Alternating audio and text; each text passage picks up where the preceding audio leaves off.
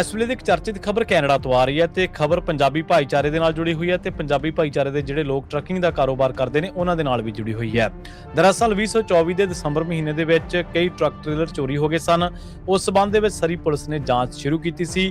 ਦੱਸਿਆ ਜਾ ਰਿਹਾ ਹੈ ਕਿ ਇਹ ਜਿਹੜੇ ਟ੍ਰੇਲਰ ਚੋਰੀ ਹੋਏ ਸਨ 14 ਸਨ ਤੇ ਕਥਿਤ ਚੋਰੀ ਦਾ ਇਹ ਮਾਮਲਾ $1 ਮਿਲੀਅਨ ਤੋਂ ਵੀ ਵੱਧ ਦਾ ਬਣਦਾ ਸੀ। ਇਸ ਮਾਮਲੇ ਦੇ ਵਿੱਚ 42 ਸਾਲਾ ਅਮਨਦੀਪ ਧਾਲੀਵਾਲ ਤੇ ਹੁਣ ਚਾਰਜ ਲਗਾਏ ਨੇ ਜਿਹੜੇ ਕਿ ਸਰੀ ਪੁਲਿਸ ਨੇ ਲਗਾਏ ਨੇ। ਸੈਮੀ ਟ੍ਰੇਲਰ ਚੋਰੀ ਦੇ ਮਾਮਲੇ ਦੇ ਵਿੱਚ ਦੱਸਿਆ ਜਾ ਰਿਹਾ ਹੈ ਕਿ ਇਹ ਜਾਂਚ ਸਰੀ, ਐਬਰਸਫੋਰਡ, ਚਿਲੀਵੈਕ ਤੇ ਕੈਲਗਰੀ ਤੱਕ ਫੈਲੀ ਹੋਈ ਸੀ।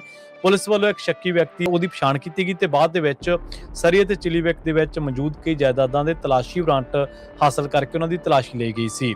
ਇਸੇ ਦੌਰਾਨ ਕਈ ਸੈਮੀ ਟ੍ਰੇਲਰ, ਔਜ਼ਾਰ ਅਤੇ ਵਾਹਨ ਬਰਾਮਦ ਕੀਤੇ ਗਏ।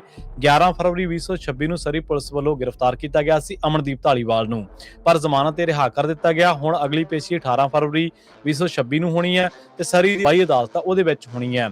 ਪੰਜਾਬੀ ਭਾਈਚਾਰੇ ਦੇ ਲੋਕ ਜਿਹੜੇ ਅਮਰੀਕਾ, ਕੈਨੇਡਾ ਦੇ ਵਿੱਚ ਵਸਦੇ ਨੇ, ਉਹ ਕੈਨੇਡਾ ਦੇ ਵਿੱਚ ਪੰਜਾਬੀ ਭਾਈਚਾਰੇ ਦੇ ਲੋਕਾਂ ਵੱਲੋਂ ਕੀਤੇ ਜਾਂਦੇ ਕ੍ਰਾਈਮ ਕਰਕੇ ਖਾਸੇ ਚਿੰਤਤ ਨੇ, ਕਿਉਂਕਿ ਇਹਨਾਂ ਕ੍ਰਾਈਮਸ ਦੇ ਕਰਕੇ ਨਾ ਸਿਰਫ ਉਹ ਖੌਫਜ਼ਦਾ ਨੇ ਬਲਕਿ ਉਹ ਪੰਜਾਬੀ ਭਾਈਚਾਰੇ ਦੀ ਛਵੀ ਨੂੰ ਲੈ ਕੇ ਵੀ ਚਿੰਤਤ ਨੇ, ਕਿਉਂਕਿ ਆਉਣ ਵਾਲੇ ਸਮੇਂ ਦੇ ਵਿੱਚ ਭਾਈਚਾਰੇ ਨੂੰ ਇਹਨਾਂ ਲੋਕਾਂ ਦੇ ਕਰਕੇ ਬਦਨਾਮੀ ਦਾ ਸਾਹਮਣਾ ਕਰਨਾ ਪਊਗਾ ਤੇ ਇਸ ਤਰ੍ਹਾਂ ਦੇ ਮਾਮਲੇ ਅਮਰੀਕਾ ਦੇ ਵਿੱਚ ਵੀ ਖਾਸੇ ਵਾਧੇ ਨਜ਼ਰ ਆ ਰਹੇ ਨੇ।